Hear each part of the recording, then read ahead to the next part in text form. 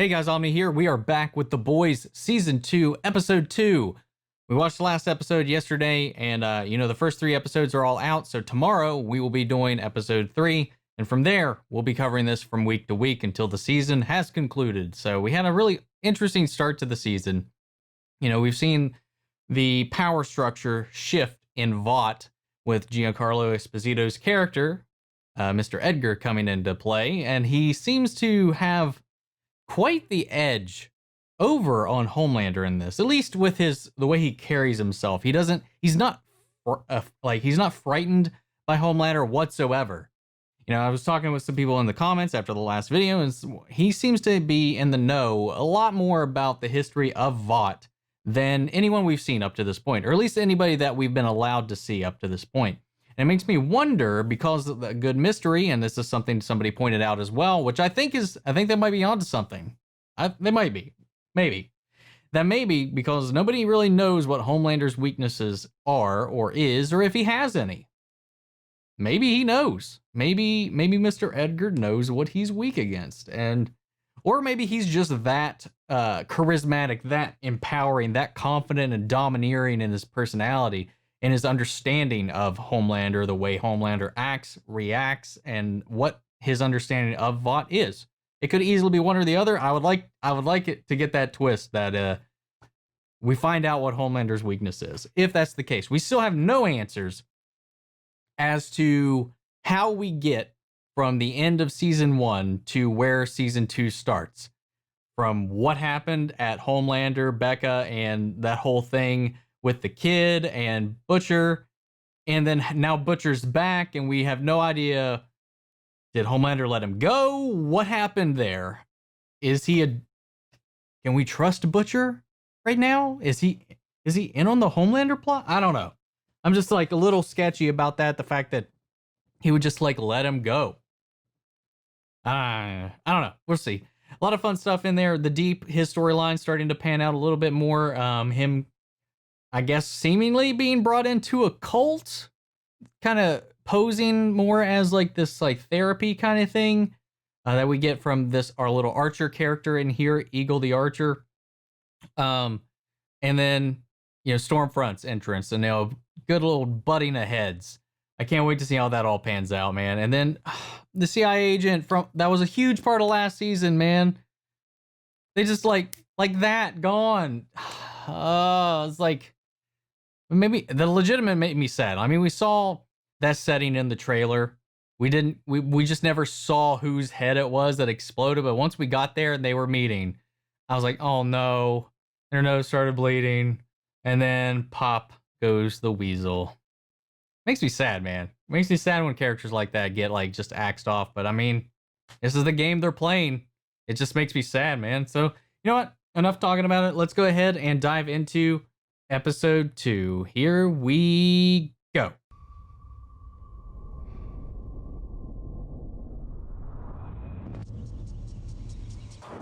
I didn't get a chance to read all of that. Is it like details of the house and where it is? So that maybe he could try to find it again? I bet Homelander just dumped him somewhere away from there and he has no idea where it is. So it's like every little detail he could remember of where it was.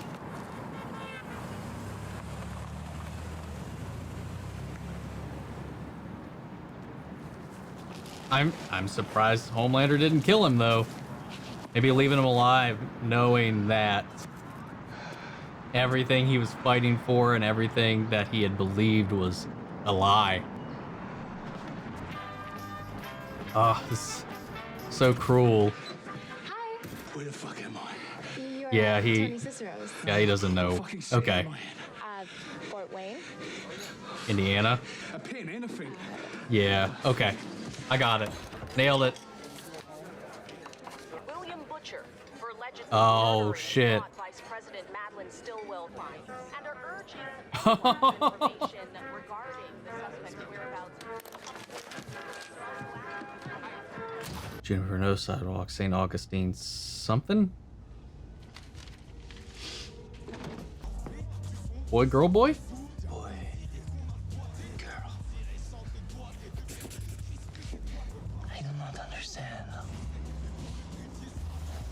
know, they have stuff like Vodify and technology like that. Do they not have like Vought Translate instead of Google Translate? And they could like, here, write in your language and we'll just poke it around. Totally. We're just gonna pretend like this is normal?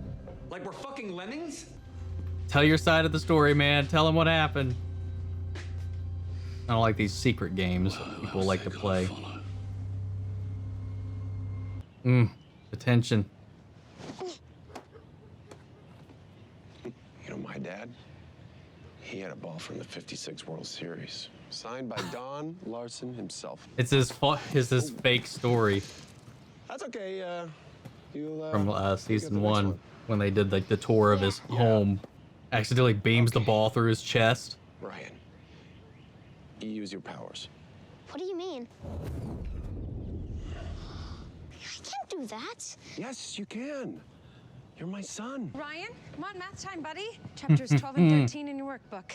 Becca, we had a deal. A deal that is alive and well and running around as free as a goddamn bird. Okay. So She made a deal to spare Billy. So there's still something there, at least. We still don't have like their full story, I don't think. What is missing here? How do you expect to be welcomed back into the 7 if you can't be honest with yourself? I don't know what the fuck you want from me. Draw your gills. See, you're just inhibited by suppressive energy. That's it. What is it, shrooms? I guess I call it more of a gateway. Wait, are you not gonna drink any? This is your journey. The girl power Girls is get it 7. done. Keep watching WDCS. WDCS. She's the newest member of the Oh my 7, God. and she's taking America by storm. Oh my god. Jesus, if she vibrates any faster, that stick up her ass is gonna explode. You know, we really should be powering. Where? What? I gotta go. What? No. I'm sorry, family emergency. This is a moment. Girls, get it done. You are not. I have a family emergency too. Christ, wait. It's just hit me out. The fuck? Here, open up. What the fuck? Oh no, don't do this. Bro, we got it. Oh no. Look at us. Remember Melissa Dabrowski? No, that's Is not that Pat? true. Is that You Patton can't accept Oswalt? your own body, so you violate theirs. We won't let you shut us up anymore, Kevin. Hey, let me out, man. Tell us how fun it is to have all this girl power. Can you repeat that, but say strong is the new pretty? But why does it matter whether heroes have a dick or a vag? I mean, shouldn't we Yes. all just, be competent at our jobs? Think chicks and dicks are in it together. I like that she's like not having any of this PR shit. Sorry, Ashy. Thought won't let me have pockets in this thing. You can see every crease in my ass. You can practically see up Starlight's uterus. You want to talk about girl power? Let's talk about getting some pockets. Oh shit. Oh fuck. You know, it is such an honor to meet you. Oh no. Great. Amnesia? I'm really worried about you. Playing a game.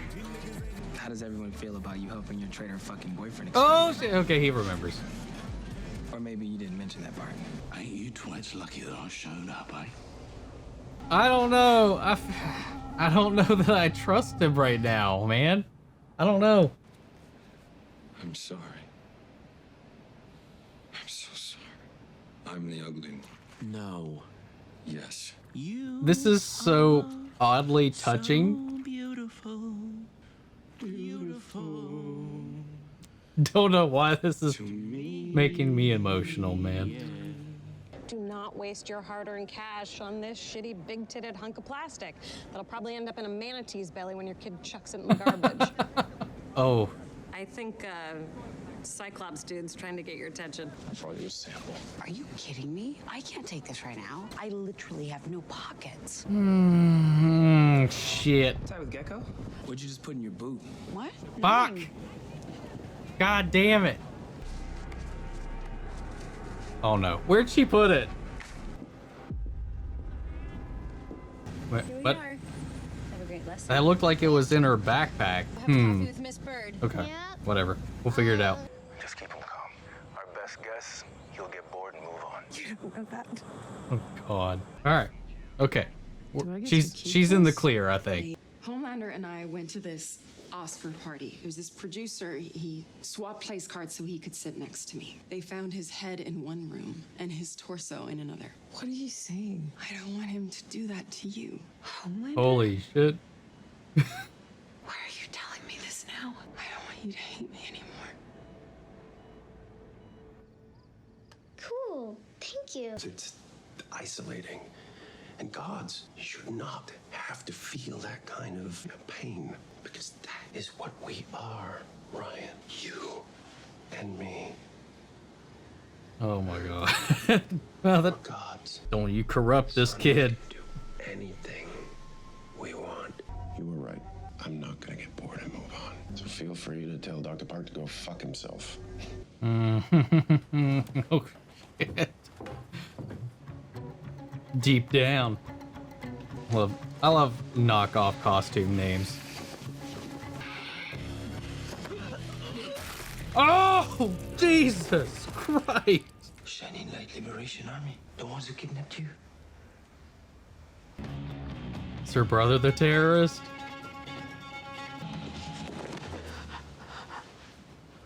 It's her brother.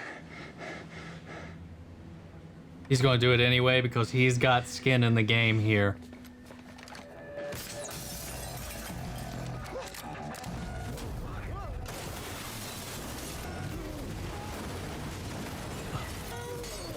Holy shit! Who's the greatest superhero of all time? Pippi Longstocking. You haven't read Pippi Longstocking. She never cared about being polite or cute. Oh, and if someone sticks a dick in your mouth, bite it off. Pippi Longstocking would bite a D. That's for damn sure.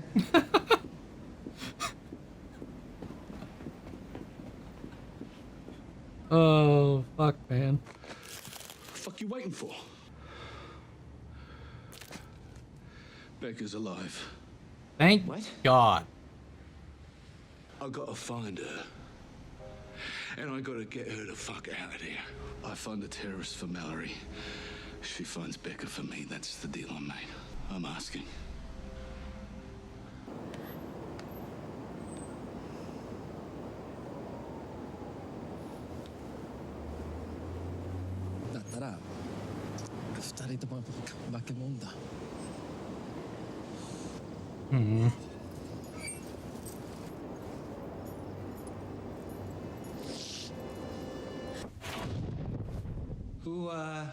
Who is Sexton?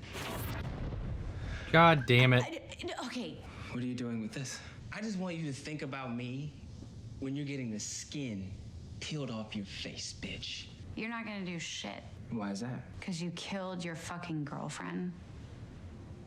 You know, say if Sports Illustrated found out. でも奴らは合ってたよ。シャイニングライトは悪と戦う。抵抗しなきゃ一緒に戦う。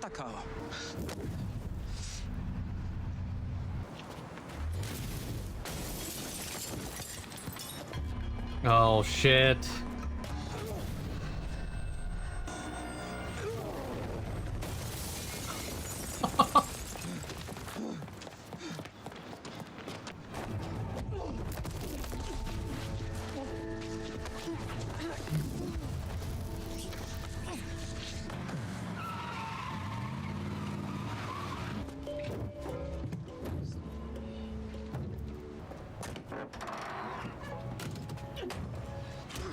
Oh.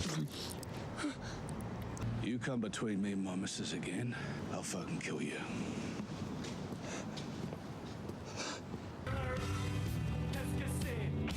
Oh man. Whoo, shit. That was a good one. Ah. Oh, I think that episode had me on the edge like the entire time. It was like a lot of emotional stakes in this episode. You know, between Stormfront and, you know, Starlight's kind of interactions, like Stormfront not being afraid at all to speak her mind, to like call people out and say things how it is, while Starlight's been in this for a while now and has really been reined in by how everything at Vought has been working, and seeing that freedom and like getting a little bit of that back thanks to Stormfront's inspiration calling into it. And the fact that Stormfront initially doesn't trust her at all because she seems like such a poster child of Vought, because that's what she got turned into, and that's kind of the persona she has to project. Otherwise, God forbid, somebody might take her out. That's the thing, too, that Stormfront doesn't understand yet at this point, that if you stand against Vought, if you speak against Vought, they might send Homelander after you, or he might find out and do it himself. We finally know what happened with Butcher. And I think that, at least from what we're inferring here from Becca's story, that this was all to keep Billy safe, as well as Ryan, the child, and herself, and she just need for them to all stay alive. She made this deal, as long as Homelander never entered her life. But of course, they never planned on Homelander finding out about her being alive, or that she had a kid that survived birth, and then now forcing himself in this life, trying to turn this kid into a copy of himself, which the kid seems to be raised pretty well so far. You know, isolated, obviously, for these reasons, but him kind of coming in and twisting that. You're like, this is what you are. You can be better than all of this. Like, trying to, like, just create a little mini me so that he can have some kind of sense of meaning out of everything. Since he himself never had somebody like him, there was never anybody even on his level at any point in time, and he never had real parents, and now he can be a real parent, and he has somebody that might be able to grow into being his equal. He sees a lot of potential in that, and he's not going to get bored and fly off to the next thing. And I like that tension and how that's building in with Becca and everything. You know, initially, I thought Butcher was going to be doing some kind of shady deal and not coming clean to the team at all about what's been going on, the deal he made with the commander and all of that. But at the end, when it came down to catching the terrorist, even though once they found out it was Kimiko's brother, he still tried to do it. And obviously I understand where he's coming from, because it's to save Becca, it's to get Becca and the kid back and safe and away from Homelander. So he's got a lot of skin in the game when it comes to getting this job done. He just wasn't transparent about it until after the fact, which is where all of that shadiness comes from. And that's just kind of Butcher's character. He doesn't like showing his skin in the game. He doesn't like expressing that he has concerns. He tries to keep that up. He keeps on the strong persona throughout all of it to kind of, I guess, keep everybody going, but also shielding himself. And he wasn't always like that, because we saw like the flashbacks and stuff like that. This is just the result of everything that's happened with him.